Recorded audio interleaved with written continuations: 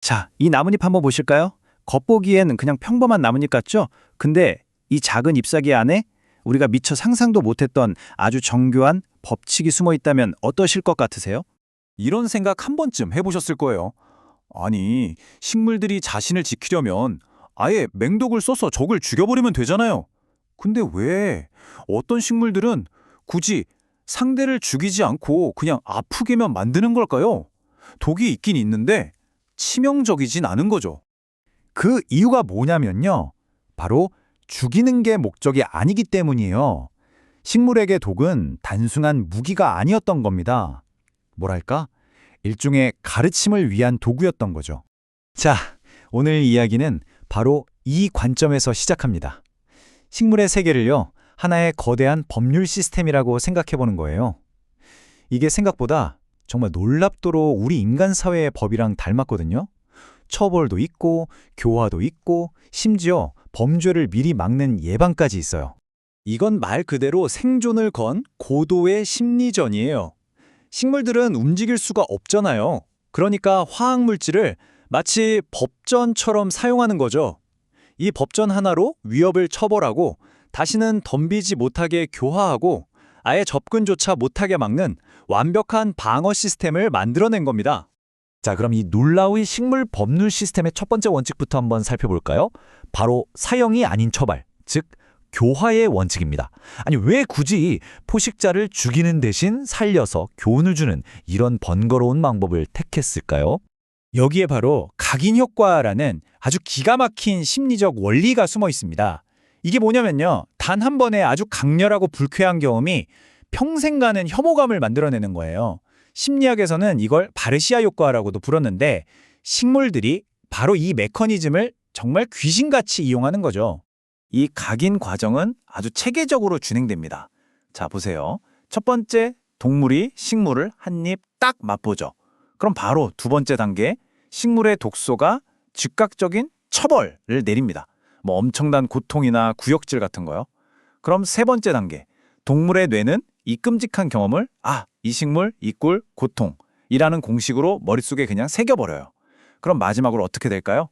이 동물은 평생 그 식물은 물론이고 비슷한 냄새나 모양만 봐도 기겁하고 피하는 모범수로 거듭나는 겁니다. 어떤 학자가 이런 말을 했어요. 죽은 동물은 배울 수 없다. 하지만 고통을 겪은 동물은 기억한다. 이야, 이 문장 하나가 모든 걸 설명해 주지 않나요? 죽여버리면 그냥 그걸로 끝이지만 고통을 겪고 살아남은 동물은 평생 살아있는 경고판이 되는 거니까요. 정말 영리한 전략이죠. 그런데 여기서 더 대단한 건 이 식물의 법이 딱 한 마리한테만 적용되는 게 아니라는 거예요. 식물은 이걸 아주 교묘하게 이용해서 한 동물의 고통을 그 무리 전체, 아니 그 종 전체를 향한 아주 강력한 공개 경고 메시지로 만들어버립니다. 아니 어떻게 그게 가능하냐고요? 방법은 여러 가지입니다.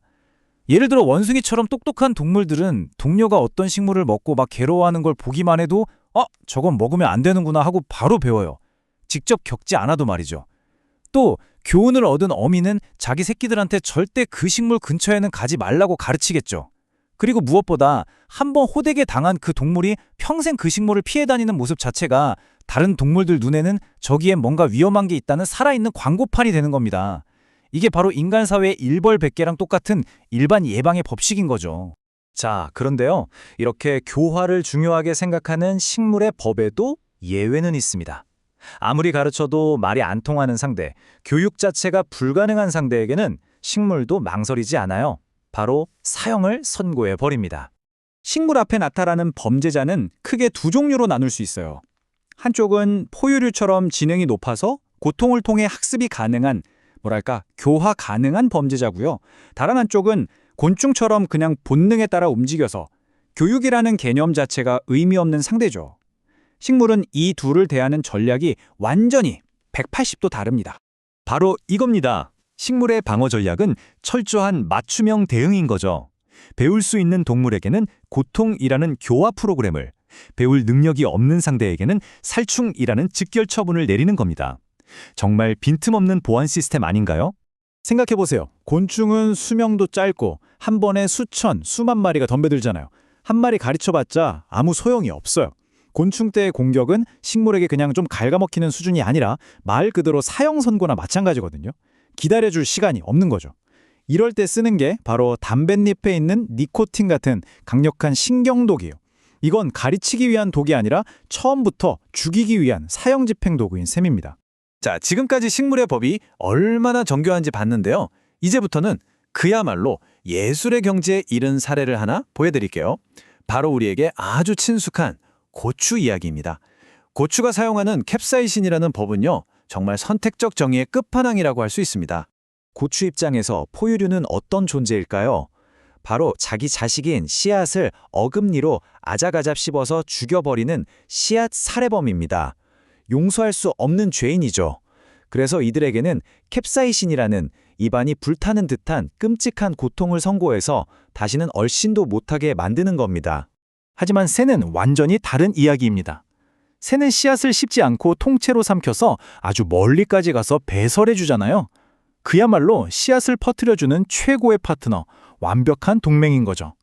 그런데 진짜 놀라운 건 새들은 캡사이신의 고통을 느끼는 수용체 자체가 아예 없다는 거예요. 고추는 이 완벽한 파트너에게 완전한 법적 면책 특권을 부여한 겁니다. 대단하죠? 그런데 여기서 이 모든 시스템을 한 방에 무너뜨린 아주 특이한 변수가 등장합니다. 바로 우리, 인간이죠. 인간의 이 복잡한 뇌는 고추의 매운맛이 사실 생명의 위협이 되는 진짜 고통이 아니라는 걸 금방 알아차렸어요. 심지어 한술 더 떠서 고통 뒤에 따라오는 엔도르핀 때문에 이 처벌 신호를 오히려 즐거움, 즉 쾌락으로 바꿔서 인식하기 시작한 겁니다. 시스템을 해킹해버린 거죠.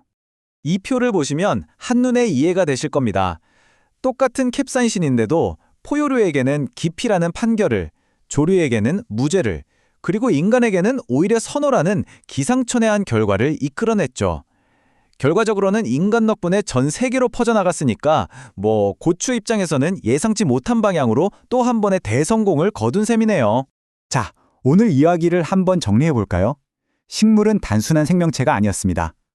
개별 범죄자를 다스리는 고통이라는 처벌, 공동체 전체를 교육하는 사회적 학습이라는 경고, 교화가 불가능한 상대에 대한 치명적 심의라는 최종 판결, 그리고 자신에게 이로운 동맹에게는 선택적 면책이라는 사명권까지, 이 모든 걸 갖춘 완벽한 법률 시스템을 운영하고 있었던 겁니다. 식물에게 이런 정교한 법률 시스템이 있다면 이건 우리에게 이런 질문을 던지는 것 같아요. 우리가 그냥 무심코 지나치는 이 자연 속에서 지금 이 순간에도 과연 또 어떤 비밀스럽고 지적인 언어들이 오가고 있을까요? 아마 오늘 이후로는 길가의 작은 풀 한 포기도 예사로 보이지 않으실 겁니다.